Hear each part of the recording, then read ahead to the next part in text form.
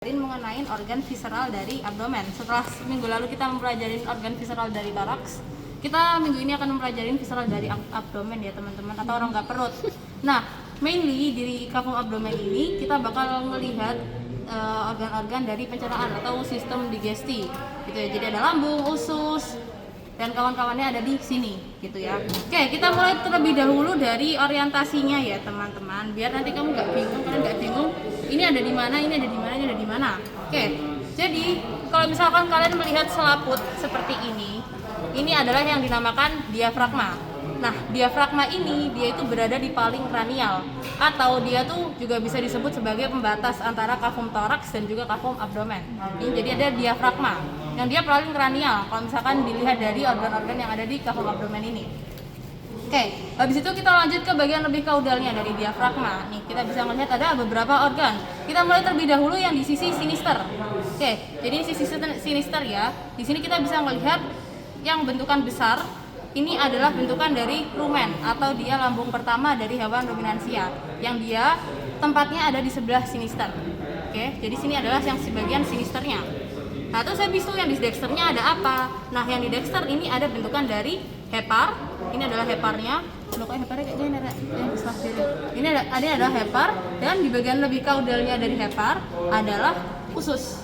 Jadi intestinnya itu adalah organ yang berada di bagian kaudal dari hepar. Jadi kranialnya adalah hepar, kaudalnya adalah intestin.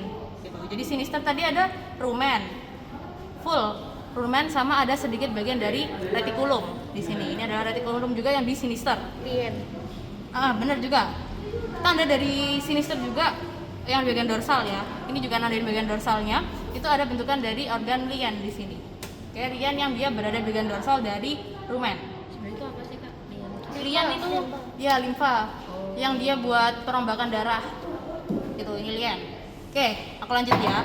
Tadi yang di sinister rumen, retikulum, lien, di dexter ada hepar dan juga intestin. Oke. Nah, intestin ini biar nanti kalian juga nggak bingung, kalau misalkan kalian nggak bisa melihat bentukan spiral-spiral, itu dia nandain bagian lateralnya atau bagian kanannya atau bagian dexternya.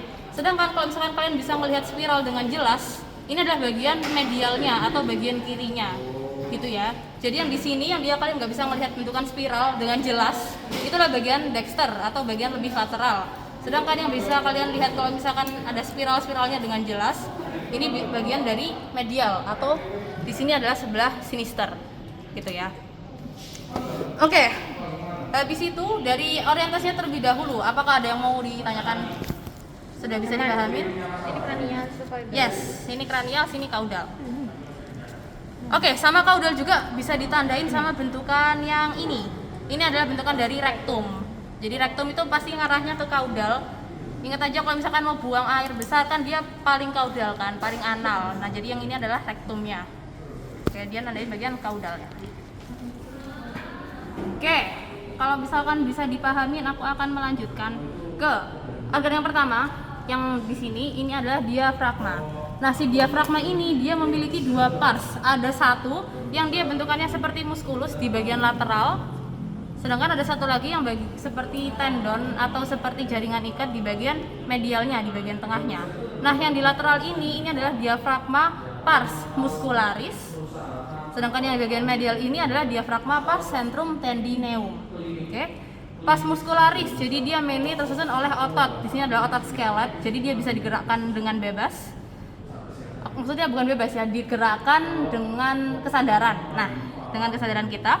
Kalau misalkan yang di sini centrum tendineum, diafragma pars centrum tendineum, dia fungsinya buat menahan organ-organ viscera agar tidak masuk ke kafum toraks. Tuh, pada saat respirasi. Oke, sama tadi yang diafragma pars muscularis itu dia kan otot pasti bisa berkontraksi kan. Nah, kontraksi dari diafragma ini yang pars muscularis dia itu membantu membuat kafum toraks. Jadi nanti dia diafragmanya awalnya cembung kayak gini, nanti dia bisa mendatar pada saat inspirasi atau pada saat narik udara. Kalau misalkan dia bisa pas inspirasi dia bisa kontraksi, terus habis itu dia mendatarkan dari diafragma, akhirnya pulmonya bisa isi sempurna dengan udara gitu. Jadi membantu pada saat inspirasi. Itu ya teman-teman. Oke. Habis itu di diafragma ini kalian bisa melihat ada bentukan-bentukan yang menembus dari diafragma. Jadi awalnya dari kafum toraks, terus habis itu menembus ke kafum abdomen. Ada apa aja tuh dia organ-organnya? Oke, yang pertama yang dia berada di bagian diafragma pars muscularis. Jadi yang di tengah ini juga masih ada muscularisnya ya. Pokoknya tanda ini ya, kalau misalkan yang muscularis dia lebih gelap gitu. Yang ini muscularis, jadi dia berada di bagian diafragma pars muscularis. Ini adalah esophagus. Oke. Nah, esophagus menembus diafragma melalui hiatus atau celahnya dinamakan hiatus esophagea. Oke, ini adalah hiatus esophagea. Phageus ya. Hiatus esophageus. Jadi di sini kalau misalkan ditunjuknya dia di pinggir di sini. Kalau misalkan ditunjuk di sininya esophagusnya. Kalau misalkan di pinggirnya ini hiatus esophageus. Oke. Habis itu yang dia menembus diafragma pars muscularis juga itu adalah bentukan dari aorta. Di sini adalah aorta abdominalis yang mana dia menembus suatu lubang yang dinamakan hiatus aorticus. Oke, akhirnya datang. Mantap. Oke, tadi udah ada 2 ya yang dia menembus diafragma pars muscularis. Habis itu ada satu lagi arteri. Organ yang dia menembus diafragma yang ini di diafragma pars centrum tendineumnya. Ini adalah bentukan dari vena cava caudalis. Nah, dia menembus suatu foramen yang di pinggirannya. Ini adalah foramen vena cava caudalis. Jadi yang pinggirannya di sini. Ini. Nggak bisa nah, ini. Ya. Kalau misalkan bentukan yang dia bulat kayak gini, ini si vena cava caudalisnya. Nah, dia tuh yang dia di sekitarnya dari vena cava caudalis ini. Jadi dia nggak terlalu kelihatan bentukan foramennya karena dia pasti melekat gini sama si vena cava caudalisnya. Jadi kalau misalkan yang ini yang dia bentukannya tipis di sini, ini tuh adalah si dinding dari vena cava caudalisnya. Kalau misalkan foramennya itu yang di tepi-tepi di sini. Gitu. Tepi-tepi dari vena cava caudalisnya. Yang mana, Kak? Ini.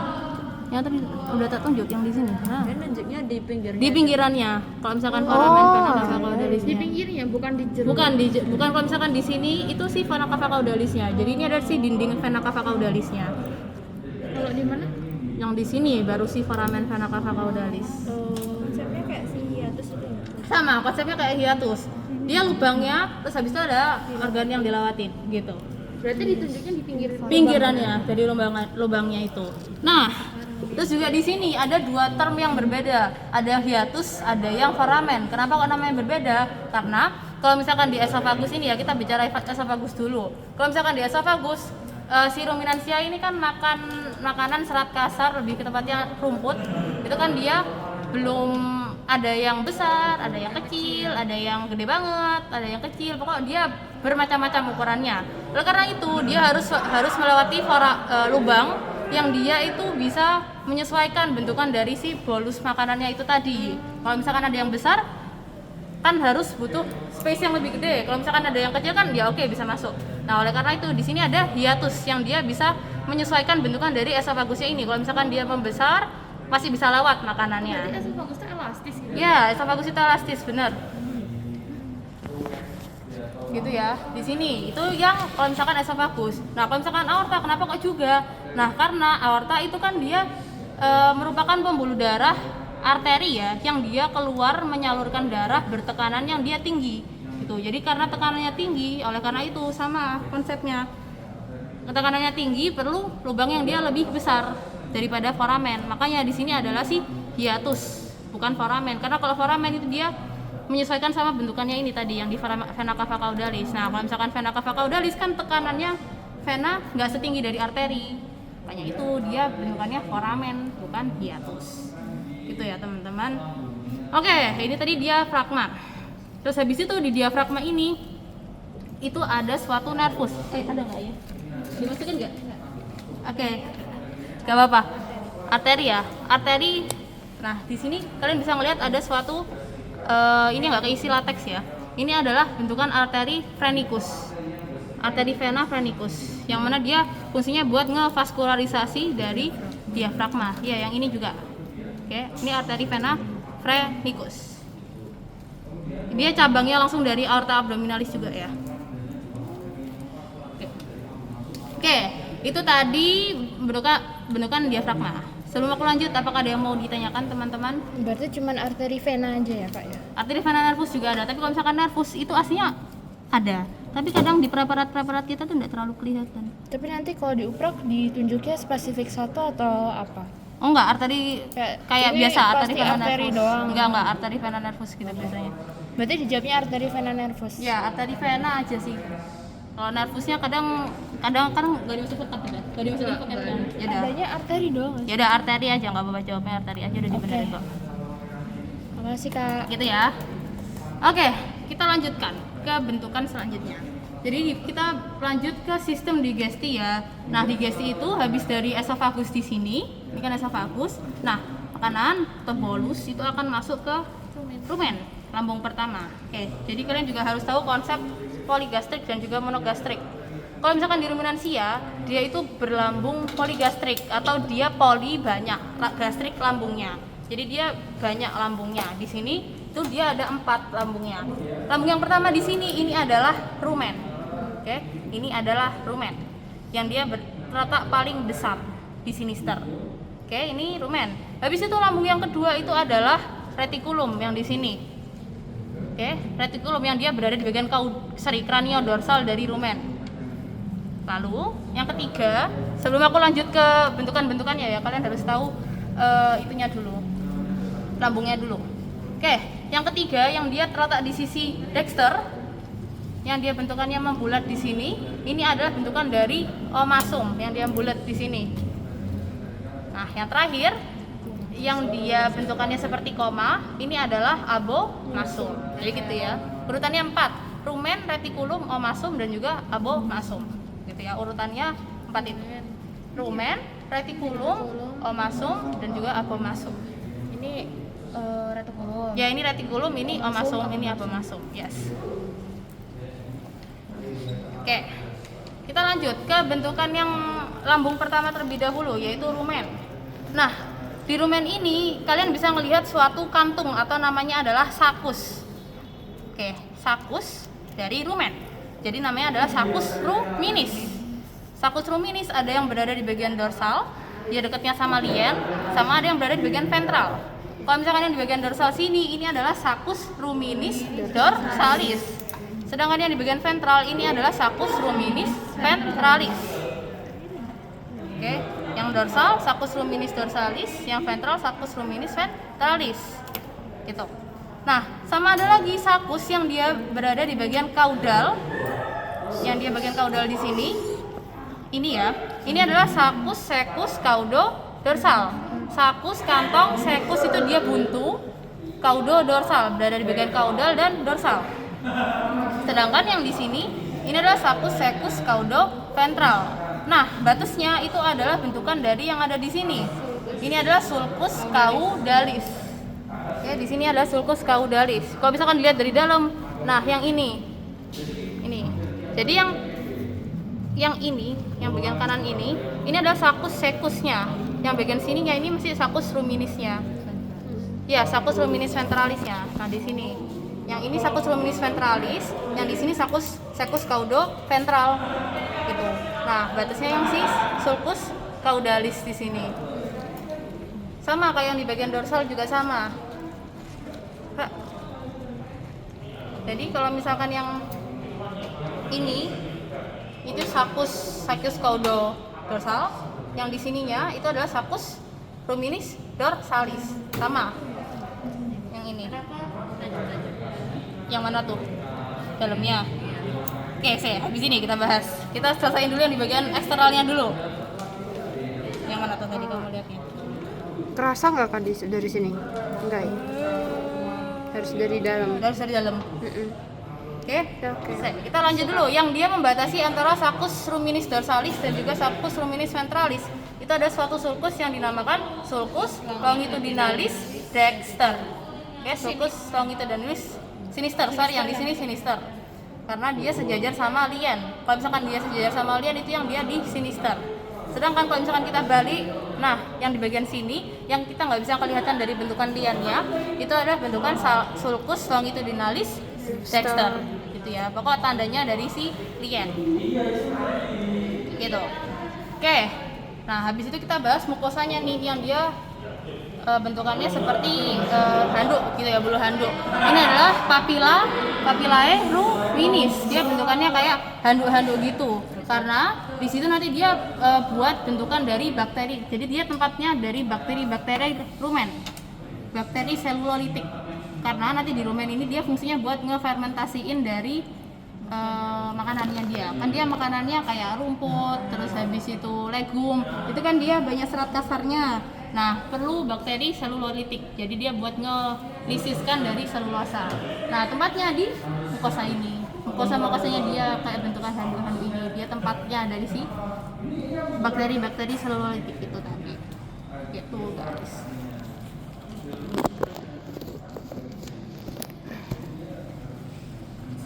Begitu.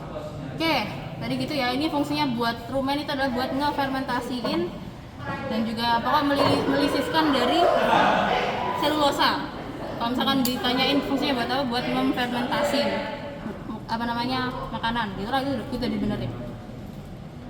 Oke, sama karena kita biar sekalian jalan kita bahas mengenai arterinya. Nah, yang ada di bagian sulcus longitudinalis sinister, jadi yang pink-pink di sini. Ini adalah bentukan dari arteri ruminis sinister. Oke, yang dia lewat di sulcus longitudinalis sinister ya. Nah, sedangkan yang dia lewat di sulcus longitudinalis dexter namanya adalah arteri luminis dexter. Ya. Itu yang ini. Nah, yang di sini.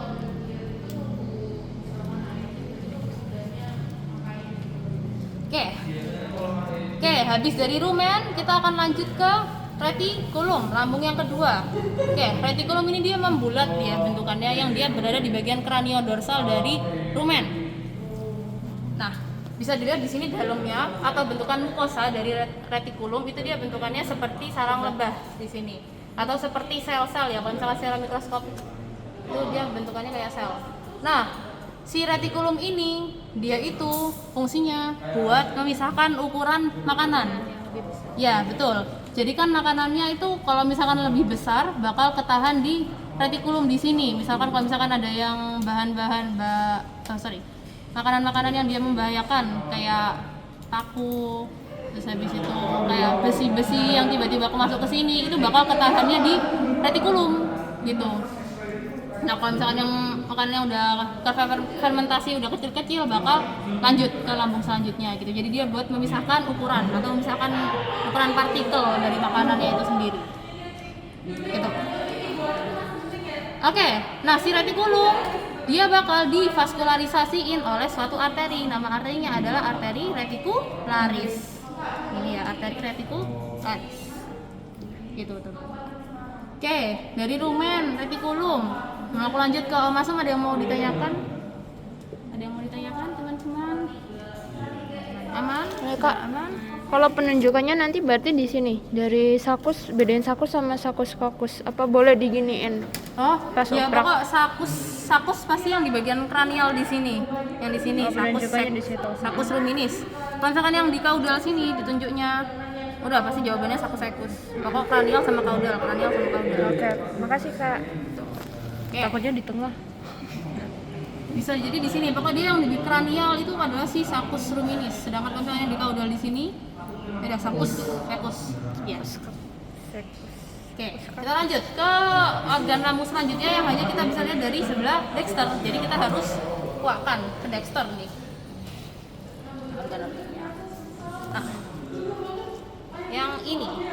Nah, kalian bisa lihat ada dua lambung lagi nih. Ini ada satu, ini ada dua. Nah, satu lambungnya dia bentukannya membulat. Ini adalah bentukan dari omasum. Oke, omasum. Oke.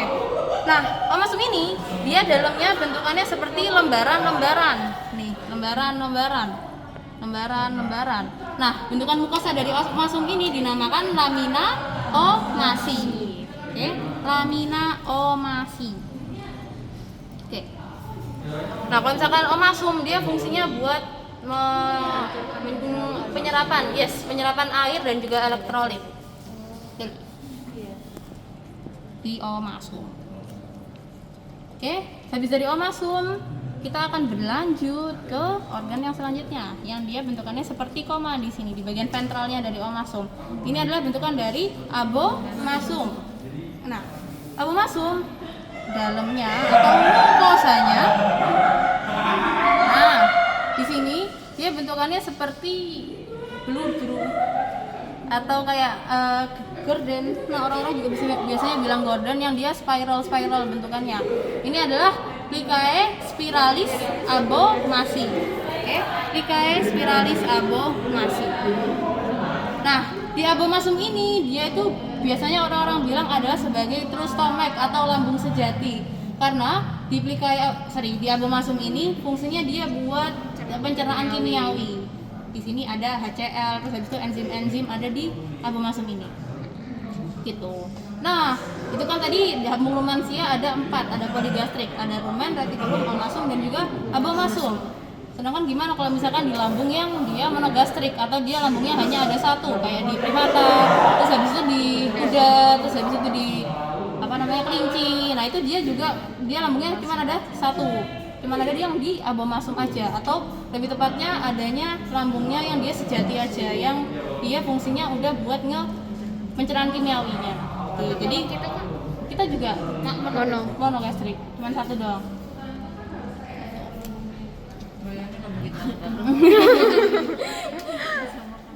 Kalau asam lambung susah ya? Nah, yaitu bloat, makanya itu sering bloat si sapi itu.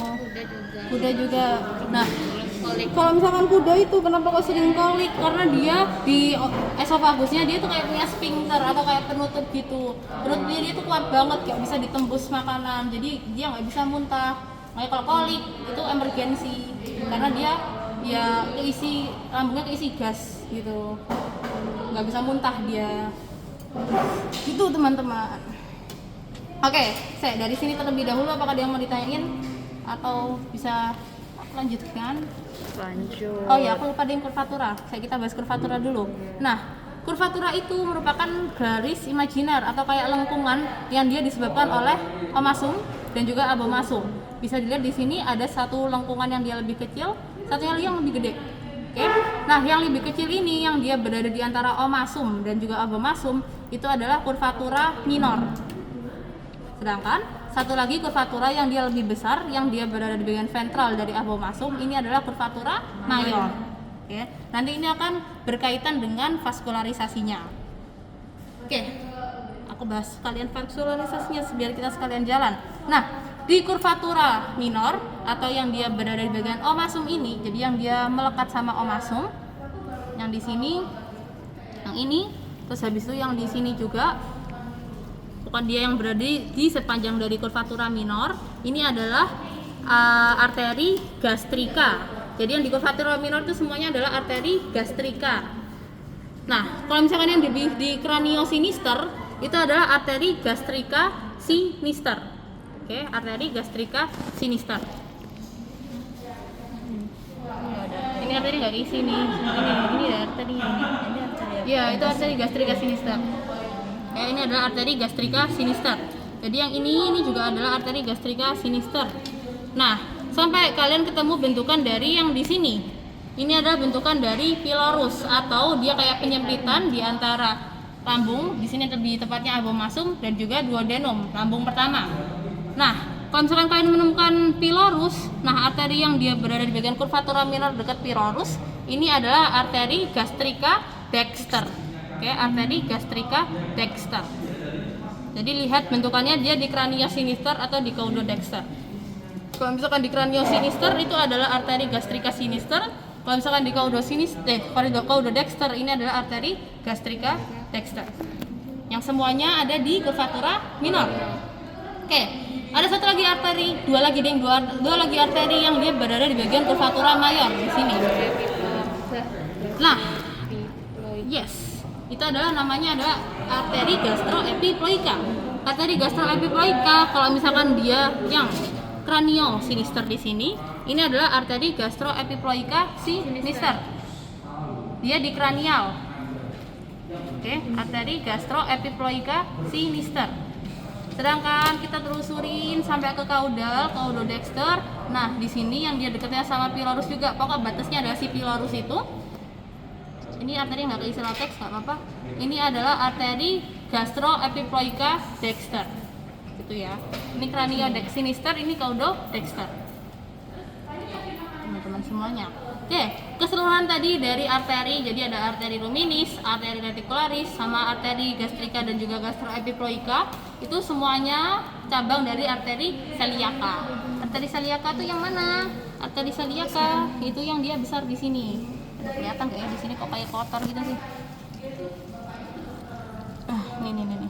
Nah, ini ada dua kan? 1, 2. Ada satu yang ngarahnya ke kranial, satunya lagi ngarah ke caudal. Yang dia ngarahnya ke kranial ini adalah arteri celiaca. Ini nggak isi latex ini. Ini yang celiaca, yang dia ngarahnya ke kranial yang di sini.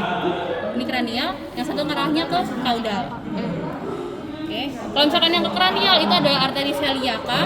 Kalau misalkan ke caudal ini adalah arteri mesenterica cranialis. Oke, arteri mesenterica cranialis. Nah, keduanya merupakan cabang dari aorta abdominalis di sini. Jadi ini adalah aorta abdominalisnya. Ini dan juga ini. Oke.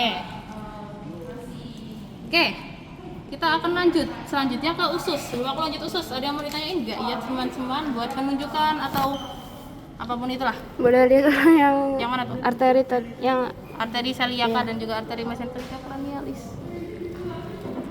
Nah, Ini arteri kan ada kayak celiaca. bentukan satu di atas, terus habis itu dia ada dua cabangnya. Ada cabang yang ke kranial di sini, nih ke kranial, ke arah diafragma juga. Ini adalah arteri celiaca. Yang ini adalah arteri mesenterica cranialis. kasih Kak, udah jelas. Ya? Mana apa dulu? Yang mana? Yang ini. Tadi gastrika sama Gastroepiploica. Oke. Kalau misalkan gastrika itu yang di curvatura mirror yang di sini. Jadi yang di sini ini adalah arteri gastrika sinister. Yang dia di sini. Nah, yang ini adalah arteri gastroepiploica dexter. Oke, yang di curvatura minor semuanya gastrika. Sedangkan yang di curvatura mayor itu semuanya gastroepiploica. Kalau misalkan yang di kranial di sini ini adalah arteri gastroepiploica sinister. Yang di caudal dekat sama si pylorus ini adalah arteri gastroepiploica dexter. Gitu guys. Yang gastrika dexter. Gastrika dexter yang di sini. Nih, yang dekat sama pylorus di sini. Ini juga ini enggak, ini masih kalau misalkan yang nempel sama omentum, omasum itu dia yang gastrika sinister. Jadi yang di sini. Ah, oke. Wait. Ini. Ini yang dia ngarahnya ke kranial. Ini aorta abdominalisnya. Ada cabang 2. Nah, yang ke kranial ini adalah arteri celiaca, yang ke caudal arteri mesenterica cranialis. Gitu, teman-teman. Oke, ada lagi yang mau ditanyakan? Oh ya, ada yang pasti ada, kalau misalkan kalian dengar ada yang ngajarin arteri cherry. Kalau misalkan diuprak jangan jawab arteri cherry, please. Jangan jawab arteri cherry. Yang mana arteri cherry? Jadi soalnya dia bentukannya kayak cherry. Kayak cherry. Ini loh kayak cherry. Lo jangan jawab arteri cherry, aku malu nanti. Lo jangan jawab arteri cherry. Gitu ya. Kalau ke kranial adalah arteri celiaca. Kalau misalkan ke caudal adalah arteri mesenterica cranialis. Jangan jawab arteri cherry. Ada nggak itu? Berarti sepanjang ini Orang punya arteri cherry. Enggak, pokoknya sama pylorus aja yang di sini aslinya ada beda nama tapi enggak kita kasih Iya, nama. malah Ini keinget. arteri duodenalis udah dimasukin kok. Panik. Arteri cherry yang di situ aja. Yang di sini aja yang dekat ada pylorus. yang ini gastrika. Ada. Kita lanjut ya teman-teman ke usus atau di sini kita ada membahas usus harus terlebih dahulu. Itu feses cair. Iya. Bocor. Oke. Jadi di sini ini adalah bentukan dari duodenum, yang mana di duodenum itu kalian bisa melihat suatu bentukan yang dia bentukannya kayak S di sini. Ini adalah ansa sigmoidea. Oke, ansa sigmoidea. Nah, di dekatnya dari ansa sigmoidea kalian bisa melihat suatu bentukan kayak cacahan daging. Nah, yang ini ya. Ini ansa sigmoideanya, di sini ada pankreasnya. Ini ansa sigmoidea, di sini ada pankreas nih. Nah, Jadi dari sini, ini kan. Yang ini dia bentukannya kayak cacahan daging di sini. Ini ada si pankreasnya, ini ansanya, ini pankreasnya. Oke. Cacahan darah. Kalau misalkan duodenum itu dia buat pencernaan kimiawi juga. Jadi tadi dia mendapatkan senyawa kimianya itu dari pankreas dan juga dari hepar dan juga kandung empedu. Di sini ada vesika velea. Nah, pankreas jadi fungsinya buat menghasilkan hormon dan juga insulin. Ini pankreas. Kalau misalkan hepar itu dia fungsinya buat menghasilkan kandung empedu yang mana nanti bakal di store atau disimpan terlebih dahulu di vesika velea, habis itu bakal dikeluarkan masuknya ke duodenum. Jadi nanti duodenum bakal menerima cairan-cairan itu dan melakukan pencernaan kimiawi di sini. Gitu. Hormon dan juga insulin. Enak nih. Duodenum menerima dari pankreas dan hepar. Yes, hepar. Tapi kalau misalkan ditanyain jawabannya, tanyain fungsi, ya jawabannya adalah buat pencernaan kimiawi aja udah benar. Kalau yang di sini, iya yang ini, nah ini gini. Nah, yang ini. Pankreasnya yang ini. Pankreasnya yang ini, ansanya yang ini. Jadi deket kan, jadi kayak landmarknya tempatnya dari pankreas itu kalian bisa ngeliat ansa, ya udah sebelahnya ada si pankreas. Gitu teman-teman. Ini ya pankreasnya yang ini, ansanya yang di sini. Nah ini, S ini, terus habis itu pankreasnya yang ini. Yes. Deket guys. Ya itu pankreasnya benar. Ansanya yang ini, nah itu S. Deket kan? Oke, itu tadi duodenum, dia fungsinya buat pencernaan kimiawi. Habis itu kita lanjut ke usus halus yang kedua, yang dia bentukannya seperti krewel di sini. Ini adalah bentukan dari jejunum. Oke, jejunum. Nah, di jejunum itu dia fungsinya buat penyerapan nutrisi, gitu ya. Nah, penyerapan nutrisinya dilakukan oleh apa? Dilakukan oleh suatu arteri di sini. Ini adalah arteri jejunalis.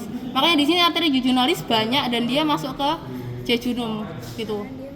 Karena nanti dia fungsinya buat menyerap nutrisi. Nggak cuman arteri, nanti di situ juga ada limfa, pembuluh limfa gitu. Nanti di situ juga ada limfa. Nanti kan si arteri itu dia menyerap nutrisi yang dia bisa teksturnya cairan kayak air. Nah kalau misalkan yang limfa dia yang lemak gitu. Karena lemak nggak bisa masuk ke pembuluh darah, jadi masuknya ke cairan limfa. Terus apa yang terjadi kalau lemaknya overload? Gini, limfa itu kan dia buat menyerap. Jadi menyerap semuanya bakal dicerap sama cairan limfa. Kalau misalkan nggak bisa nanti asitas. Jadi nanti ada cairan menumpuk di rongga abdomen. Limfa tuh Asitas. lian enggak? Beda. Gimana ya? Limfa itu pembuluh limfa. Kalau misalkan lian itu organnya. Beda lagi. Lian tadi kan yang di sini. Kalau misalkan limfa itu kayak pembuluh darah, pembuluh limfa gitu. Limfanya kayak salurannya. Kalau misalkan cairan limfa itu cairannya kayak cairan darah gitu. Limfa. Kalau limpa, Limfa itu yang ini. oke. Beda F Beda. sama P. Beda. Limpa. Limpa sama limfa. Iya, limpa sama limfa. limfa, Iya, sorry. Nanti kebawa ke limfanya. Enggak, nanti cairannya itu bakal ngebawa lagi ke hepar. Nanti di hepar di gluconeogenesis buat menghasilkan glukosa dari bukan glukosa. Oh, Ya, dari lemak. dari glukosa. Oh, iya. Ya di hepar. Nanti dia biar jadi ATP lagi. Gitu ya, itu di biokim ya teman-teman. Oke. Gluconeogenesis. Nah, itu. Oke, kita sampai mana tadi? Jejunum. Jejunum. Oke, di jejunum ini di baliknya kita bisa lihatnya di baliknya ya. Jadi di bagian sinisternya, sinisternya benar. Di sini ada kayak suatu limfoglandula yang dia berada di sepanjang dari jejunum. Nah, yang ini adalah limfoglandula jejunalis.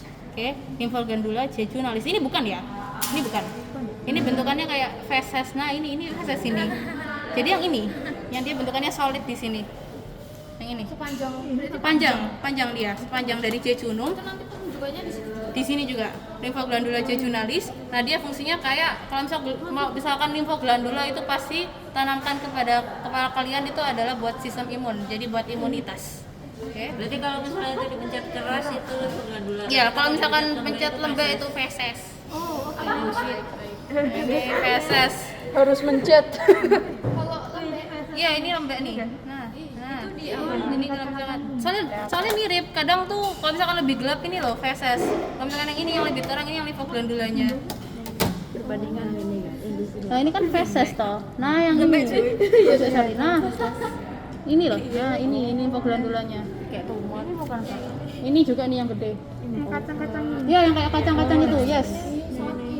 Beda kan teksturnya. Oke.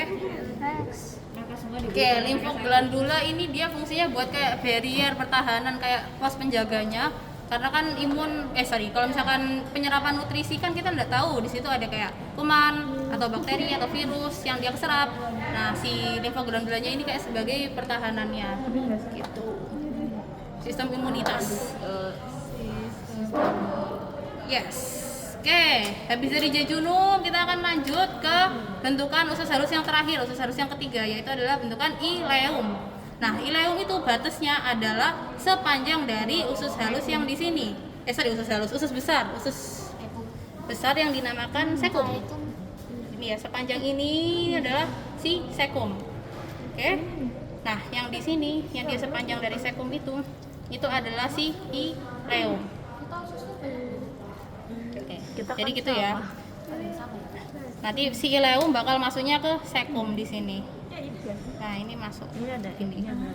Jadi ileum masuk ke sekum. Nah di sekum ini, di ileum tadi fungsinya buat penyerapan part 2. Jadi penyerapan kayak vitamin, terus habis itu yang nggak keserap dari jejunum diserap lagi di ileum. Gitu penyerapan part 2 aku biasanya nyebutnya. Tapi penyerapan lagi juga boleh lah. Kenapa? Tulisnya penyerapan part 2. Enggak jangan. Gimana ya? Penyerapan kalau enggak penyerapan vitamin aja. Ya, penyerapan vitamin aja. Penyerapan part 2. Penyerapan part 2. Itu berarti aku. Enggak. Penyerapan vitamin. Tapi biasanya diinget Yang penyerapan part 2. Penyerapan vitamin.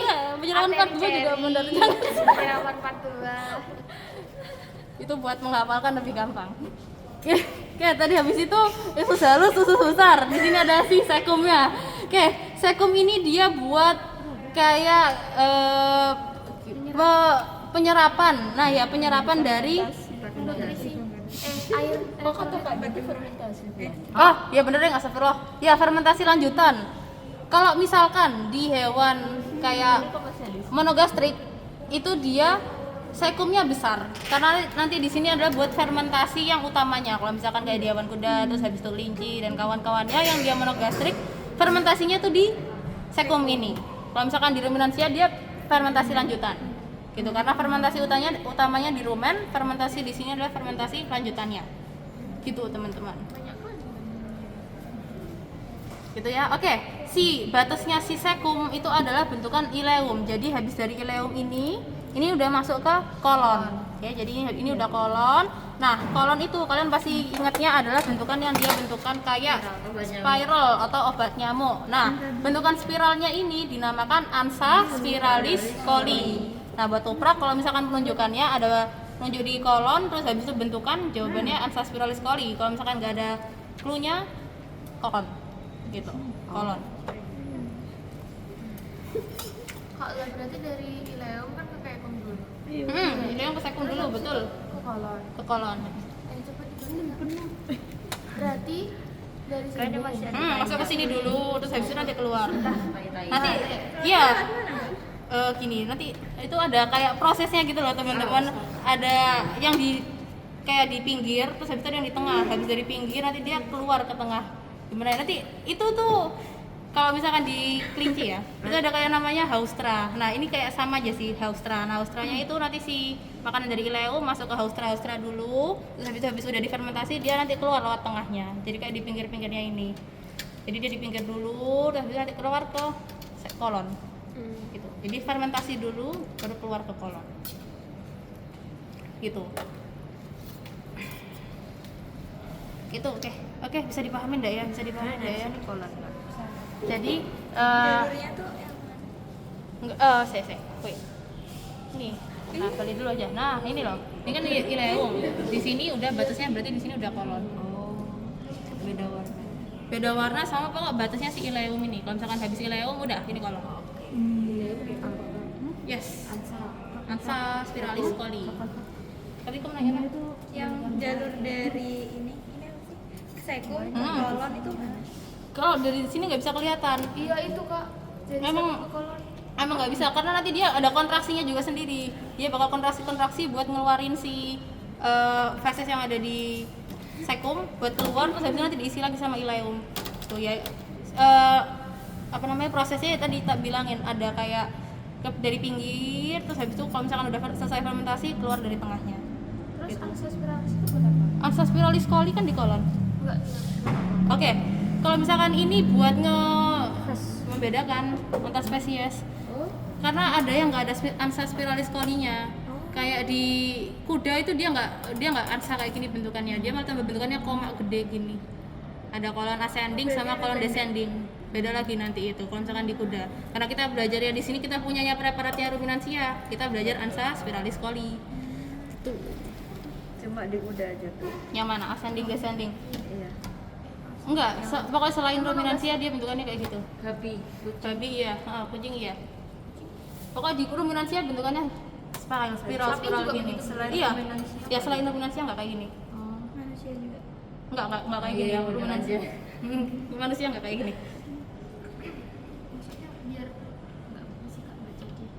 Oh iya, saya lupa. Di kolon ini juga dia fungsinya buat menarik air atau dia menyerap air. Karena dia di sini bisa dilihat sekum dia cair, masih cairan. Nah, kalau misalkan di kolon dia udah lebih padat kan, karena di sini adalah penyerapan air. Kolonnya dia banyak kayak gini, biar dia memperlama atau dia memaksimalkan penyerapan dari air itu tadi. Itu dia yang aku mau. Yes, memaksimalkan penyerapan dari air. Ya, jadi makanya lama-lama dia fesesnya jadi keras. Gitu. Oke, di kolon ini juga di bagian lateralnya ya, di bagian dexternya kita ada suatu limfoglandula. Limfoglandulanya ini dinamakan limfoglandula koliki di bagian lateral. Nih di bagian dexternya. Dia apa? Ya itu, yes. Astaga, bajuku kena semua. Ini siapa? Bajumu. Ini. Terus habis itu yang ini juga. Terus yang atasnya? Yang mana tuh? Atasnya yang mana? Tunjuk. Oh, Nah, kalau misalkan yang di sini, ini adalah limfoglandula sekalis karena dia dekat sama si sekum dan juga dia dekat sama ileum sama sekum. Ini adalah limfoglandula sekalis. Kalau misalkan di sini itu yang ini, nih. itu letaknya di mana? Kadang tuh letaknya beda-beda. Pokok kalian lihat dekatnya sama si sekum dan juga si ileum. Itu adalah si limfoglandula sekalis. Kita dengarkan dulu orientasinya teman-teman. Nah, di sini.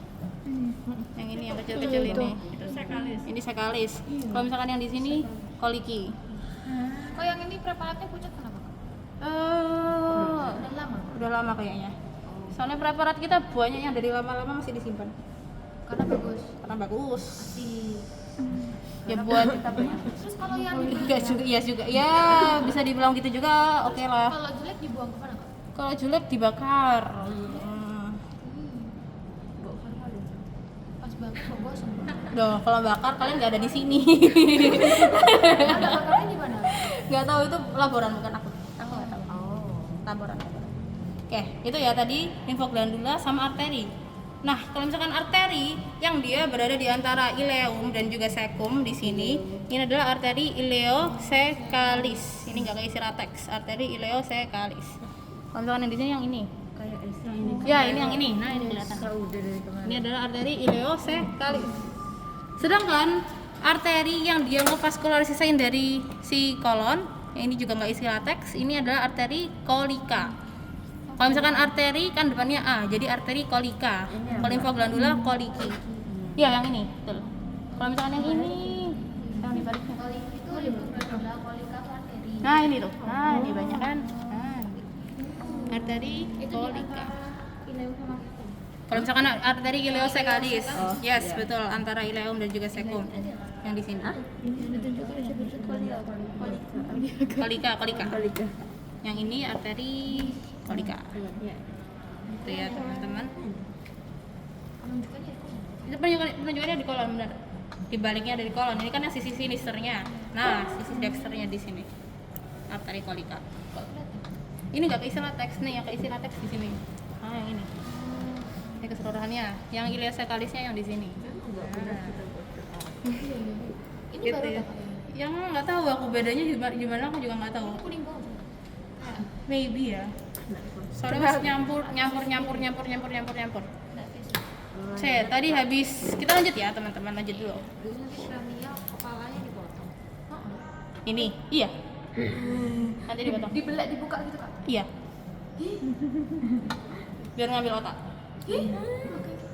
Oke, kita lanjut dulu ya teman-teman. Oke, OT. Kita lanjut dulu ke usus. Di sini habis dari kolon akan lanjut ke bentukan usus yang selanjutnya, yaitu adalah rektum. Nah, rektum ini bisa ditandain sama dia udah ada bentukan feses yang dia padat bola-bola. Itu di sini ada Kak. Ada. Ini tapi nggak dikeluarin. Coba kau pencet kan. Nggak mau, jangan. Mau juga geli.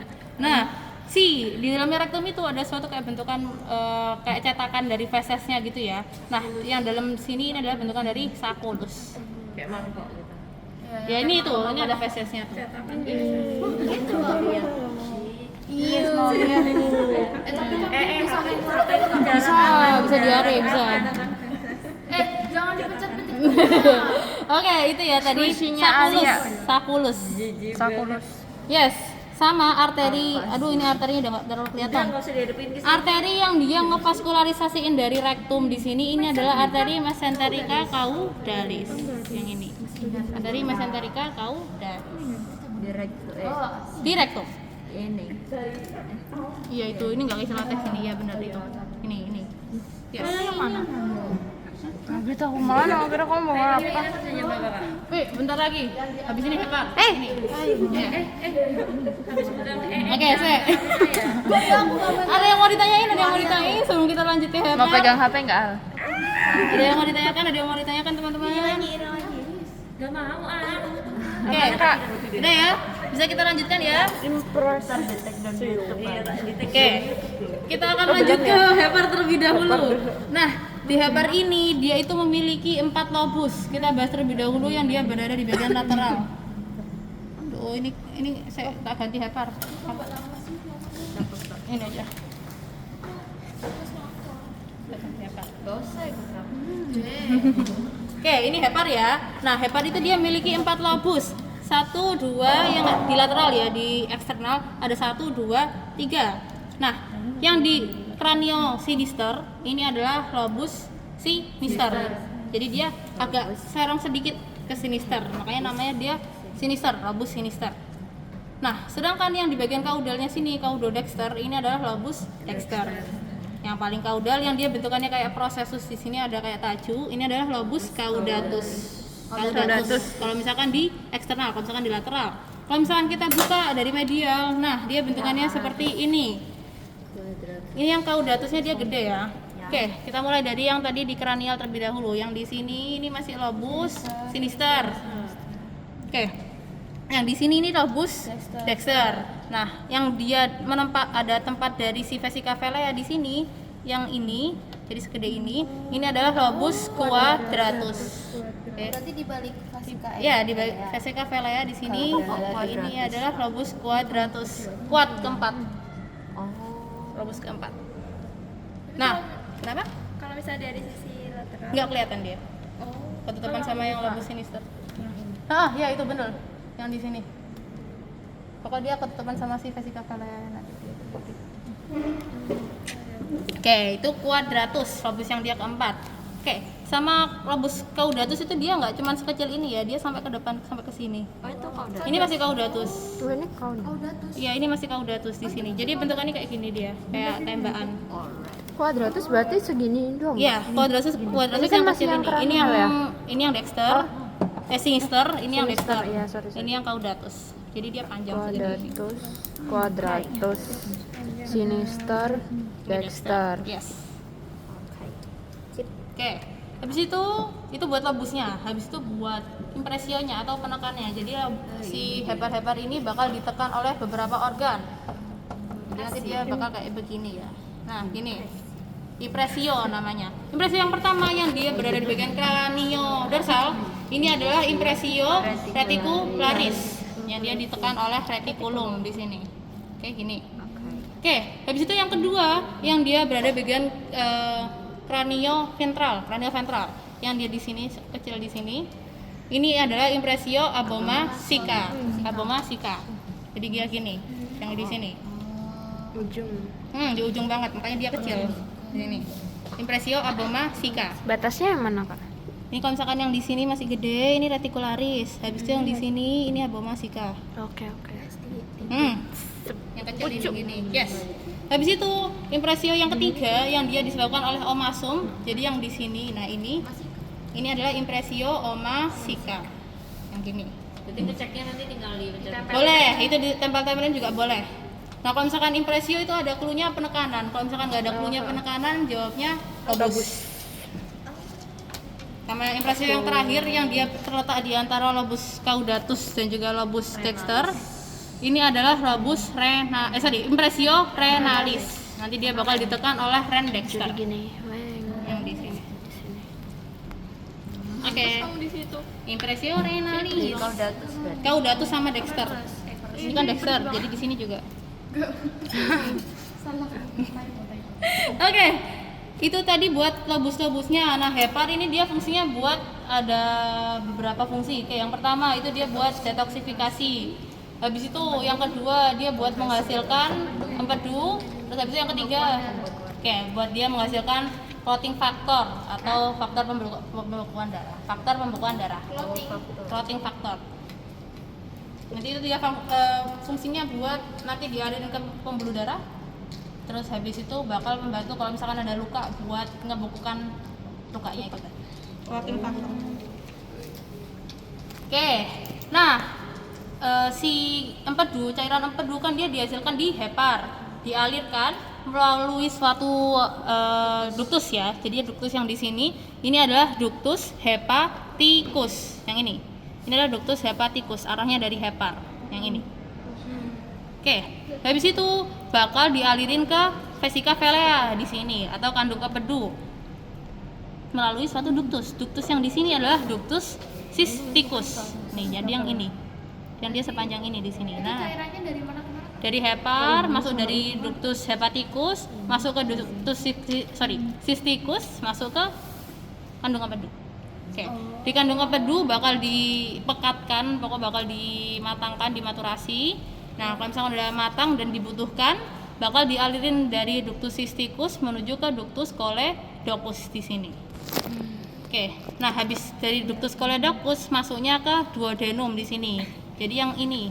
Nah, ini loh. Ada kayak salurannya kan masuk ke duodenum yang di sini. Ini adalah ductus choledocus. Masuk ke duodenum di sini. Nunjuknya di situ. Nanti tunjuknya di sini. Nah, yang ini dulu. Kan cysticus tadi dari Ductus cysticus dari vesica velea. Yang ini. Si ductus choledocus. Nah, ini. Tuh, ngarahnya ke duodenum. Oke, itu buat ductusnya. Saya akan ketinggalan kok. Kemana? visura, Pak. Oh ya, visura. Oke. Buat visura itu dia merupakan kayak robekan celah antara lobus sinister dan juga lobus dexter. Jadi yang di tengah ini adalah visura ligamentum teretis. Oke. Jadi nanti di sini merupakan kayak tempat lewatnya dari ligamentum teres hepatis. Ligamentumnya nggak kita pelajarin. Kita pelajarinya visuranya. Visuranya namanya visura ligamentum teretis. Nanti penunjukannya di situ tengah-tengah aja. gini. Oh, di tengah. Oke. Oke. Sudah buat yang di sini saya kalau yang ketinggalan enggak. Mas arteri mesenterika caudali sudah kan? Udah. Peritoneum belum. Oh, peritoneum. Oke. Peritoneum ini selaput pembulus dari keseluruhan yang ada di sini. Iya, betul.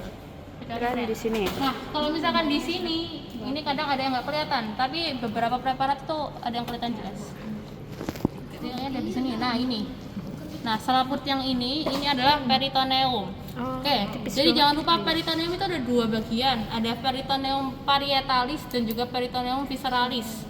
Nah, kalau misalkan peritoneum parietalis itu yang kemarin kita pelajarin di kadaver yang dia menyelingkupin keseluruhannya kafum abdomen kecuali ren. Nah, kalau misalkan peritoneum visceralis, visceral berarti dia nanti ke organ-organnya. Gitu. Nah, aku ada kelupaan berarti. Yang di jejunum ini nanti dia akan digantung oleh suatu jaringan ikat. Nah, jaringan ikatnya namanya mesenterium. Nah, mesenterium ini dia nggak hanya menggantung jejunum ya, tapi dia menggantung keseluruhan dari